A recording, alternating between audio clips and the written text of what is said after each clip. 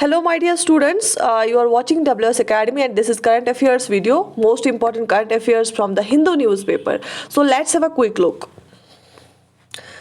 आज की जो इसमें पॉलिटी रिलेटेड बहुत मोस्ट इम्पॉर्टेंट कॉन्सेप्ट एक था जो डिबेट में रहता है, डिबेट में रहा पिछले टाइम में भी और अभी भी चल रहा है। इस पे एक हेडलाइन थी, that is acquitted but not forgotten. इसका मतलब क्या है? देखिए 2017 में कोर्ट ने क्या बोला था? 2017 में कोर्ट ने बोला था that right to be forgotten जो है, राइट टू बी फॉरगॉटन, ये आता है राइट टू प्राइवेसी के अंदर। किसके अंदर आता है? राइट टू प्राइवेसी के अंदर। और एक जो पिटिशनर था, इसने कोर्ट में गया, इसने बोला उसके खिलाफ क्या चल रहे थे, उसके खिलाफ पहले कुछ केसेस चल रहे थे, ठीक। फिर क्या हुआ, इसने वो केसेस जीते और he was set free, he was acquitted and he was set totally free, ठीक है।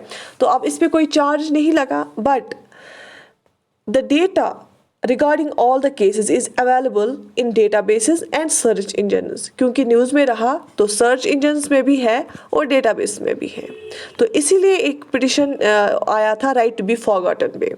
The right to be forgotten must be studied along with the concept of fair criticism and accountability.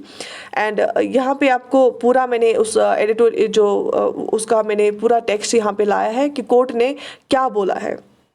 In 2017, Supreme Court recognized the right to be forgotten as being under the ambit of right to privacy। देखिए अब ये free करार दिया गया, ठीक, लेकिन इसके cases जो है उन रिगार्डिंग जो इन्फॉर्मेशन है वो अभी भी अवेलेबल है।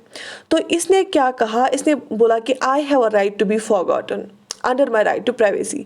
चूँकि ये सेट फ्री करार दिया गया, इसके खिलाफ कोई केस नहीं है अब और इसके अगेंस्ट कोई चार्जेस भी नहीं लगे फिर, तो इसने बोला कि ये हर एक का हक है, क्योंकि इसने बोला कि मेरी पर्सनल डेवलपमेंट में इससे हर्डल हो रहा है एंड इट इज़ जस्ट कि पब्लिक प्लेटफॉर्म पे मेरी इंफॉर्मेशन अवेलेबल है, जिसका केस तो कोई भी लगा सकता है किसी के खिलाफ। और फिर जब तक ना इसका एक फिर वर्डिक्ट आता है या ये इसके खिलाफ चार्जेस लग जाते हैं, तब तक हर कोई हमारा कोर्ट भी बोलता है that he is innocent until proven guilty, ठीक है। तो इसी के रिलेटेड ये पॉलिटी का एक कॉन्सेप्ट था राइट टू बी फॉरगॉटन, लेकिन सुप्रीम कोर्ट ने 2017 में बोला कि जो राइट टू बी फॉरगॉटन है that's under the ambit of right to privacy. और अब दिल्ली हाई कोर्ट ने क्या बोला कि पहले तो अभी उन्होंने सर्च इंजन्स को बोला कि जितने भी इनके केसेस के रिलेटेड इंफॉर्मेशन है उनको डिलीट किया जाए, और उसके बाद डेटाबेस को भी ऑर्डर निकालेंगे कि जो भी इनके रिलेटेड इंफॉर्मेशन है वो उनको डिलीट किया जाए, ठीक है।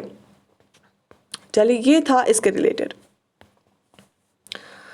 India to launch deep ocean mission with cabinet note, it is poised to be among the few countries that can launch underwater missions। एक डीप ओशन मिशन क्या होता है? जब आप किसी ओशन के डीप में चले जाते हैं, ये अराउंड 6000 ये नीचे चला जाएगा मीटर्स, ये 6000 फीट्स। तो ये क्या हो जाएगा, इसके 6 कंपोनेंट्स है। जो इंडिया का डीप ओशन मिशन है उसके 6 कंपोनेंट्स, हम वो भी देखेंगे क्या है।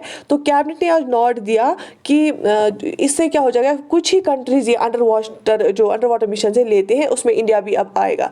तो that means India is making it is fame and name in many technologically high technological countries, ठीक है। अब देखेंगे हम जो डीप वाटर मिशन है, the united cabinet has approved the long pending deep ocean mission with among other things involves deep developing a submersible vehicle that will allow a crew to plunge 6000 metres, ठीक है, into the ocean and Hunt the floor.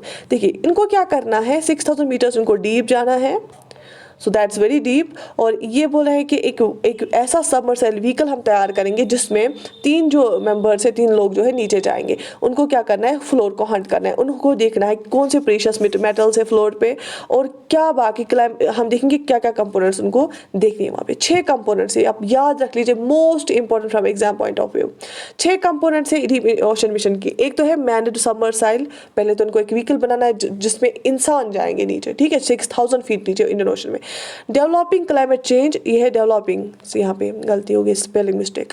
Developing climate change advisory services, ठीक है। तो ये वहाँ पे जाके देखेंगे कि जितना भी क्लाइमेट चेंज रिलेटेड जो भी फिनोमिना है वो ये देखेंगे वहाँ पे क्या है, और जितनी भी रिसर्च फिर हम करेंगे उसको एक प्रैक्टिकल शेप हमें मिलेगी उस वजह से। उसके बाद searching for deep sea flora and fauna, क्या क्या फ्लोरा एंड फोना वहाँ पे डीप सी में जो अभी अनएक्सप्लोर्ड है, तो वो यहाँ ये जाके वहाँ पे देखेंगे। Explore and identify potential source of hydrothermal minerals that are sources of precious metals formed from the earth's crust along with Indian ocean, mid oceanic regions. Indian ocean में जो भी प्रीशियस मेटल्स हैं, जिसको हम हाइड्रोथर्मल मेटल्स भी बोलते हैं, इनको वो एक्सप्लोर करने और फिर वो आइडेंटिफाई करना है कितना पोटेंशियल है इंडिया के पास।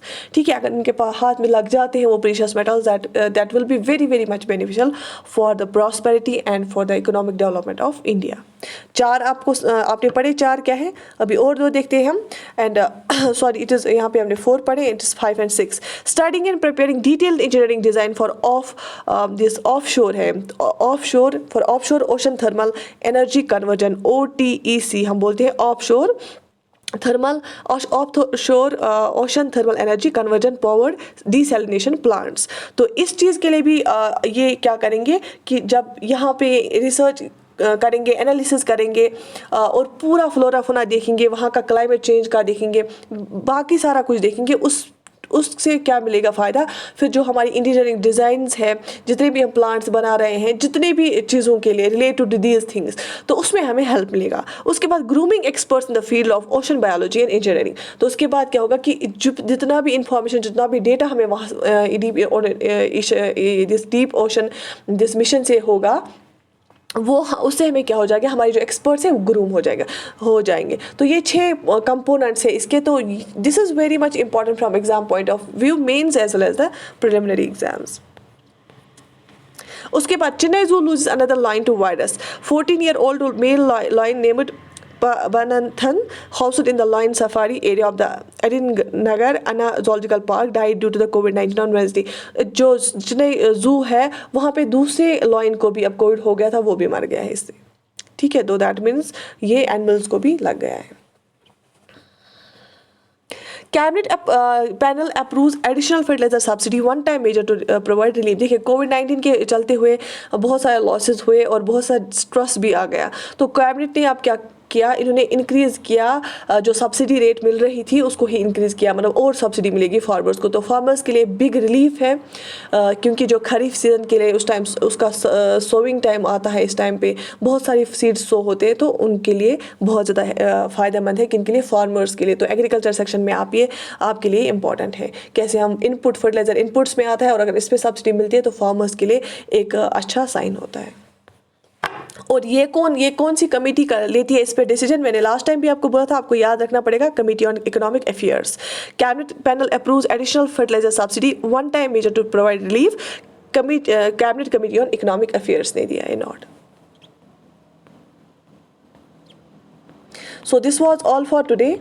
आई होप आपने एंजॉय किया होगा इस लेक्चर को एंड ये जो वीडियो था करंट अफेयर्स का।